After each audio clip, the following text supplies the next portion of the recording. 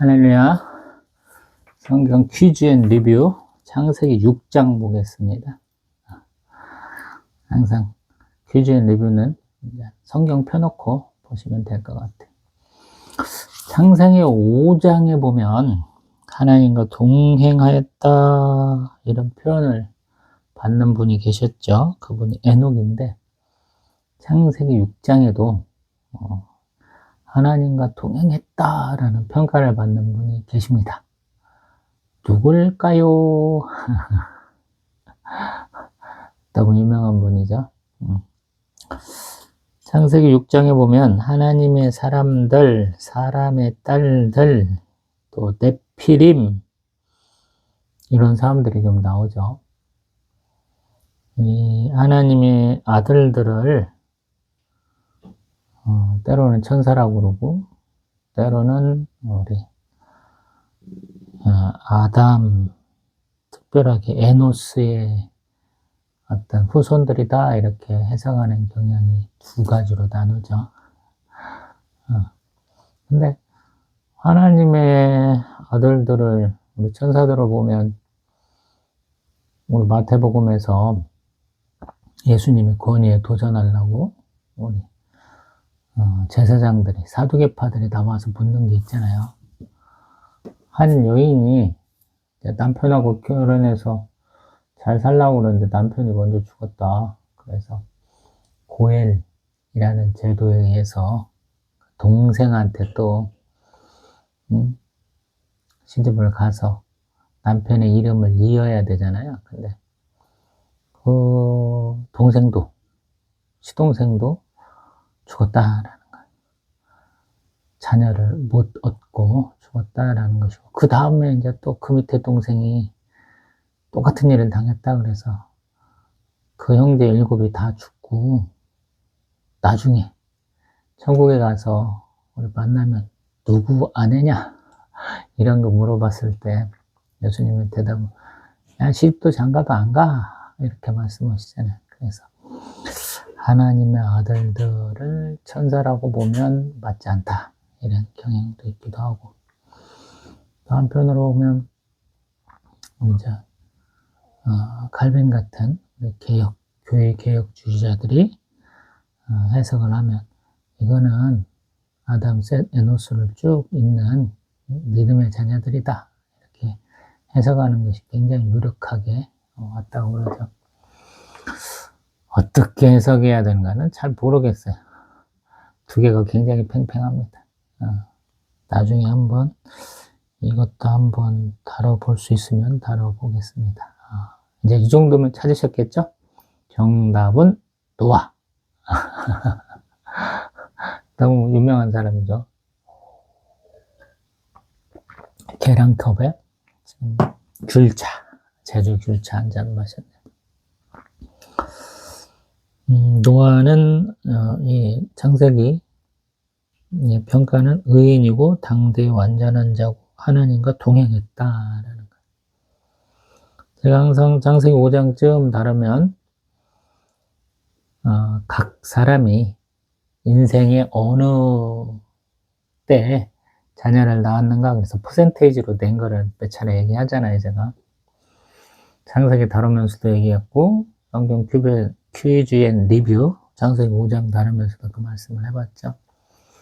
노아는 그 기간이 굉장히 늦은 편에 해당하죠. 좀 900세 정도 살았는데 지금 500세에 셈함 야벳을 낳았다라고 그랬잖아요. 그것은 뭔가 좀 문제가 있는 것으로 제가 얘기를 하죠. 뭔가 계기가 있었을까 이렇게 얘기하잖아요. 그 계기는 뭘까라는 거예요. 우리 창세기 6장으로 비교해서 얘기를 하면 성경 말씀을 어떻게 봅니까? 그러면 하나님이 연극 같은데 아니면 어떤 무대에서 핀포인트 한 사람에게만 조명을 쏴주면 그 사람만 부각되잖아요. 성경을 읽는 방식도 내가 구약에서 신약까지 가면서 쭉 끼워보는 것도 좋은 방식이지만 하나님은 굉장히 선명한 방식을 썼다. 단순한 방법을 썼다라는 가정을 하게 되면 그 이유는 그 옆에 붙어 있다는 거예요. 명확하게. 지금 하나님의 아들들이라고 지칭되는 어떤 한 무리와 사람의 딸이라고 얘기하는, 좋게 얘기 안 되는 거예요. 하나는 거룩하게 살아야 되고 하나는 거룩하지 않은 사람들하고 이렇게 결혼하는 거예요. 그래서 문제가 되는 거죠. 하나님이 이걸 원치 않았다라는 거예요. 우리 가인과 아벨의 때로부터 우리 앞에 창세기 4장에서 라멕이라는 사람이 하는 행태를 보면 하나님은 어떤 하나님이시냐라는 거예요. 항상 죄의 창조주는 아니시지만 창조하시진 않죠. 죄는 허용했다라고 그러잖아요. 근데 하나님은 지금 구약체가 많이 가고 있죠. 출애굽기도 가지, 레위기도 가지, 이사야도 하고 있지, 그러잖아요. 그러면 하나님 항상 거룩이라는 것은 구분된다 그랬죠. 뭐 이제 제가 귤 처먹고 마시고 있으니까 귤 청으로 만들었겠죠. 근데 청에는 대부분 설탕이야. 이 물을 많이 이렇게 섞어갖고 마시고 그러면 나중에는 설탕 맛이 안 나는 거죠. 이도저도 아닌 게 아니라는 거야. 딱 선명하게 구분돼야 거룩하다라는 것이거든요. 그래서 하나님이 자신의 처소들도, 자신의 삶의 터전도 구분되도록 만드시는 경향이 좀 있거든요. 그래서 가라 그러는데 안 가. 섞이지 마라 그러는데 섞겠어. 가나안 땅에서도 뭐 최대 12 정도, 조금은 7 종족 정도 되는 가나안 땅에 있는 그 원주민들 싹 쫓아내라 그러는데 못 쫓아내고 같이 살잖아요. 그 사람들은 철병거가 있어서 절대 안 돼요. 12정탐구 갔을 때 그들은 안악자손이에요. 우리는 그 사람들 앞에 메뚜기 같아요. 뭐 이런 얘기 하면서 벌벌 떨잖아요. 아마도 비슷한 상황이 이때도 있었던 것 같다라는 거예요. 그래서 하나님은 우리 창세기 6장 5절에서 사람의 죄악이 세상에 가득하고 그의 마음으로 생각하는 모든 계획이 항상 악하다 라고 말씀하셨다라는 거거든요. 하나님이 처음에 하신 것이 생육하여 번성하여 땅에 충만하라, 바다의 물고기, 하늘의 새, 땅에 움직이는 모든 생물들을 다스리라 라고 하시잖아요. 그리고 첫 번째 맡긴 사역이 뭐예요? 에덴 동산에서 경작하고 또 지키겠죠. 그러면 그거는 섬김과 순종이라고 제가 이렇게 얘기를 했잖아요. 그런 걸 안 하는 거예요, 계속. 그래서 하나님이 특별한 하나님과 동행하는 자들을 쓰시는 거죠. 그래서 지금 에녹이라는 사람도 썼다 그러시고 노아라는 사람도 썼다 그러거든요. 에녹이라는 사람의 구체적인 뭔가 사역은 안 나와요. 근데 이 노아에 대해서 구체적으로 한 것들이 나온다라는 거예요. 그리고 하나님과 동행한 세월이 약 120년일 것 같다라고 지금 얘기한다는 거예요. 왜? 지금 보면 하나님이 그 시간을 지금 얘기하고 있잖아요. 우리 6장 3절에서 그들의 날이 120년이다 라는 거예요. 그래서 학자들은 추정하기를 120년 후에 이제 본격적으로 홍수 사태를 통해서 근 1년여간의 어떤 홍수 사태를 통해서 다 죽이고 살릴 거 살리고 이렇다라는 거죠.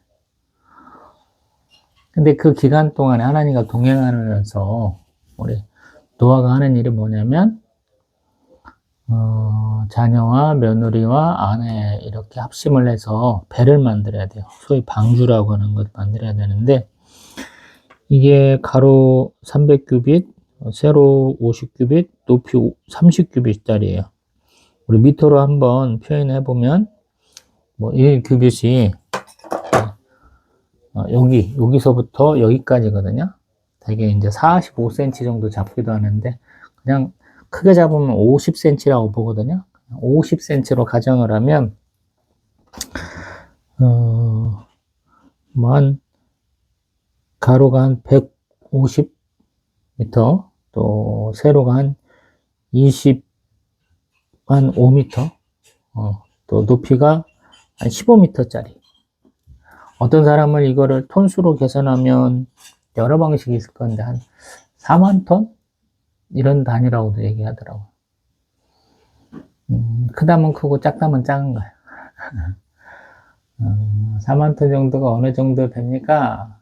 저는 이제 밀리터리 매니아니까 보면 미국이 항공모함, 원자력 항공모함 추진기간을 원자로를 통해서 이렇게 쓰는 것은 뭐 11만 톤, 12만 톤짜리예요. 근데 영국이나 우리 이탈리아, 스페인 정도가 굴리는 것이 약 4만 톤에서 5만 톤짜리라고 그러거든요.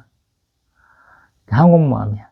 근데 거기에 거주하는 사람이 수천 명도 더 하고, 뭐, 비행기, 헬기, 뭐 이런 것들이 뭐, 수십 대를 넣고 굴릴 수 있는 거예요. 우리나라 독도함이라고 헬리콥터로 이렇게 운행을 하는 것들이 있는데, 헬리콥터 모함이라고 뭐 이렇게 쓸 수도 있고, 또 뭐 이제 우리 유사시에 뭐, 바꿔가지고 수직이 착륙하는 것도 쓸 수 있다 뭐 그러고 있는데 아직은 개장을 안 했으니까 한 1만 톤 정도 되거든요. 이게 엄청 큰 거예요. 근데 나무로 만들어야 돼요. 고페르 나무라고.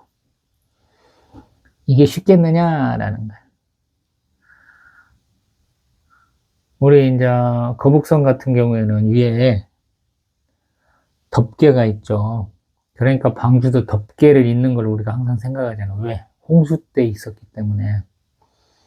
그러면 바닥도 있어야 되고 옆도 있어야 하고 위에도 있어야 돼. 근데 그것이 3층으로 나뉘어야 되고 크기도 크고 옆으로도 크다라는 거야. 쉽지 않았겠죠. 응? 결코 쉽지 않았을 것 같아, 제 생각에는.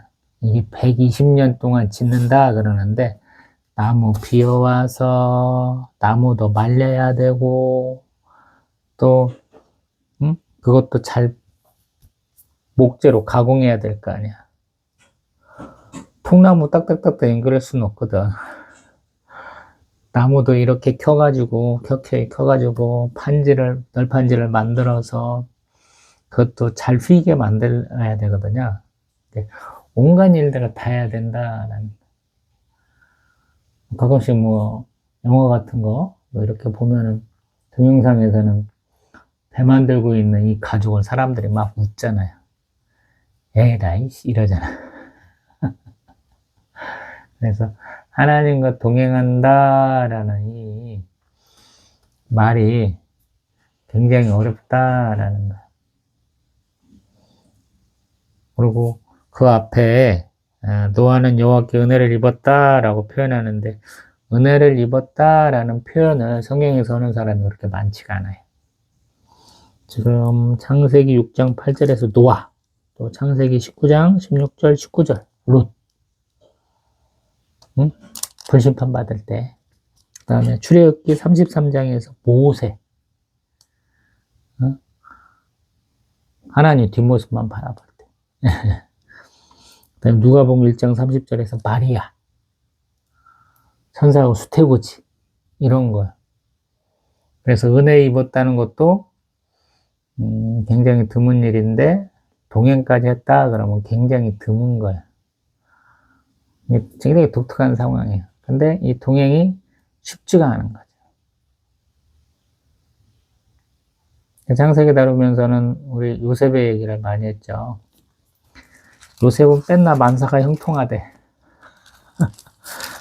그때 기억나세요? 보신 분들? 얼마나 그가 형통한지. 어디 있어요? 우리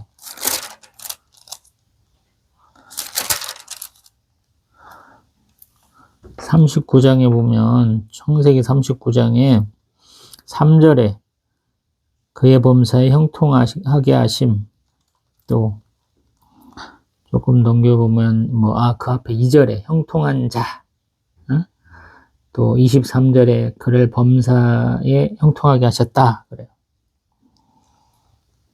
형들 막 고자질하다가 형들이 들판에서 자기 찾고 있는 모습을 이렇게 보여주게 되고 형들이 야, 저 쓱싹해버리자. 그래갖고 죽이려고 하는 걸 우리 유다가 말려가지고 노예로 팔아먹잖아요. 애굽으로.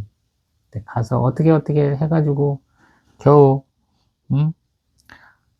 친위대장 보디발의 집에서 일하는데 이제 가정 총무가 되었는데 그러고 나서 우리 보디발의 아내의 유혹을 뿌리치게 되니까 아무도 안 믿어주고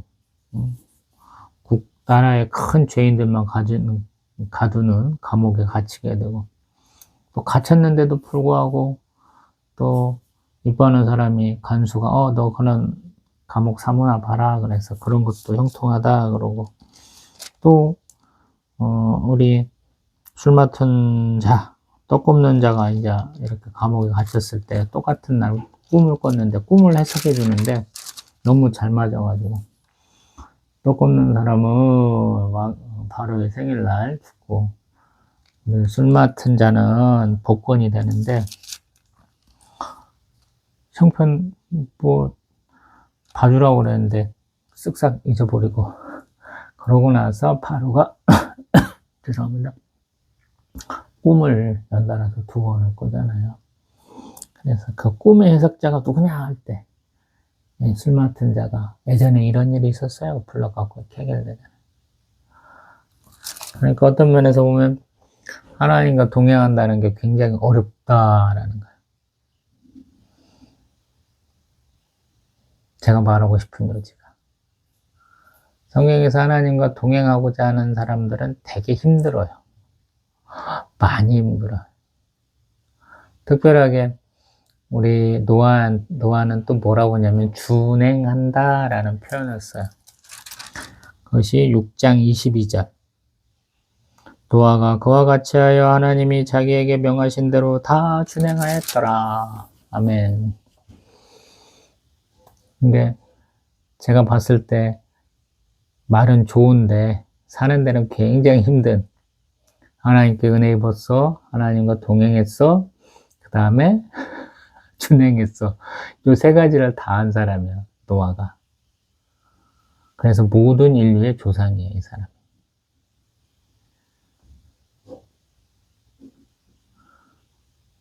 그게 어렵다는 거야. 항상 하나님과 난 동행하는 사람이 될 거야 라고 우리 많이 고백하잖아요. 하나님 말씀하신 대로 준행할 거야. 저처럼 이렇게 말하는 사람도 있잖아요. 나 하나님께 은혜 받은 자야. 이렇게 말하시는 분도 많잖아요. 근데 만만치 않다. 어떤 면에서. 왜 노아처럼 해야 되니까.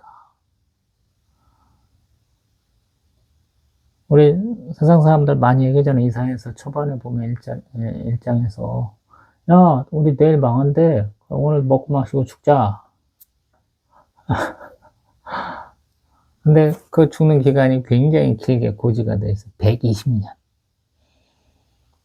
어떤 사람은 일생을 살 수 있는 그 긴 기간 동안에 노아는 뭔가 대비를 해야 된다.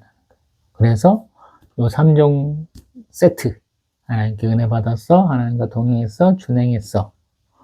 이 사람이 받은 은혜가 어떤 면에서 보면 아담이 하나님께서 주신 그 명령하고 비슷해. 순종하고 섬겨야 된다 그랬잖아요. 제가. 경작하고 지켜라. 이것은 해석할 때 순종과 섬김으로 해석할 수도 있다라고 제가 말씀드려봤잖아요. 노아가 똑같아. 순종하고 섬기는 거예요. 아담은 어떤 면에서 보면 잊혀진 자야. 인자는.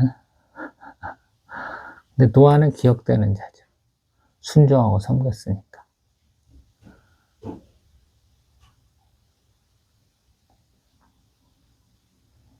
좀 하나님과 동행하는 그 말씀을 좀 무겁게 받아들이라고 이런 말 해봐요.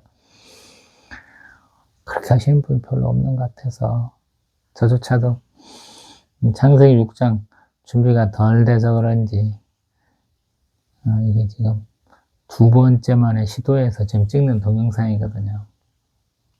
제가 뭔가 시도를 했는데 뭐가 조금 준비가 덜 됐어. 그럼 하나님이 찍은 거를 다시 찍게 하시거나 아니면 못 찍게 하거나 두 가지 방법을 쓰시는데 이번에는 못 찍게 하시더라고요.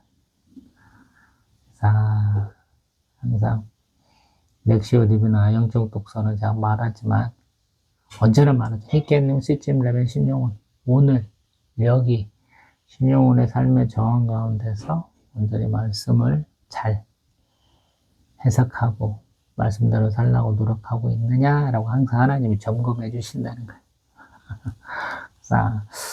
뭔가 내가 안 됐기 때문에 하나님이 이렇게 말리시는 걸 거야 라는 생각으로 보니까 3종 세트가 나오더라고요. 3종 세트. 너무너무나 소망하고 너무너무나 갖고 싶죠. 우리도 하나님 때문에 받았어요. 하나님과 동행했어요. 하나님 말씀을 다 준행했어요. 이렇게만 하면 얼마나 좋아. 근데 어렵고 힘들더라. 그러나 그 만나는 인내는 연다는 소망을 로마서에서 바라봤죠.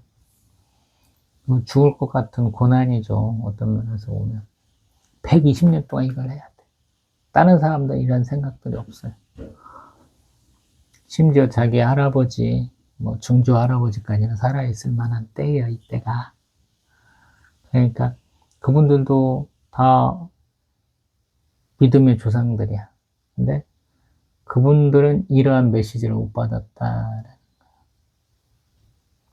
다 우리가 말하는 흔히 천수를 누리고 믿음의 계보를 다른 사람들이 다 살았어 이렇게라고 말할 수는 없거든요. 지금 노아 홍수가.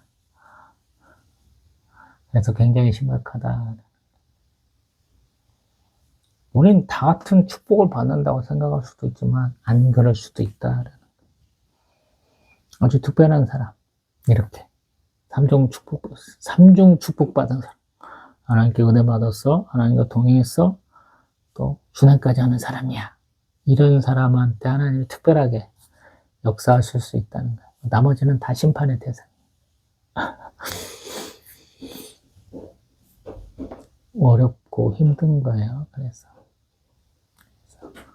그러나 또 이 고난 끝에 인내를 통해서 우리가 얻을 수 있는 소망이 너무 크다라는 거예요.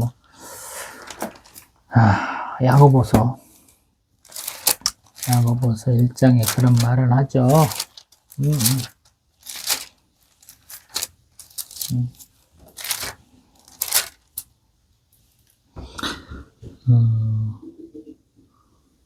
우리 야고보서 1장 4절에 인내를 온전히 이루라. 이는 너희로 온전하고 구비하여 조금도 부족함이 없게 하려 함이라. 아멘. 인내를 이루면 우리가 완전함을 이룰 수 있다. 그러니까 이런 것들을 보면은 정말로 목숨 걸고 하나님 말씀대로 살라고 하는 사람, 예수 그리스도가 우리에게 가르쳐준다고 살라고 하신 분들은 이러한 영감 있는 저자의 해석이 나온다라는 거예요. 저희들도 성령의 감동으로 말씀의 감동을 받을 수 있는 거죠. 그런 분들 되시기를 소망을 합니다. 또 다음번에는 창세기 7장 성경 퀴즈 앤 리뷰로 또 뵙겠습니다.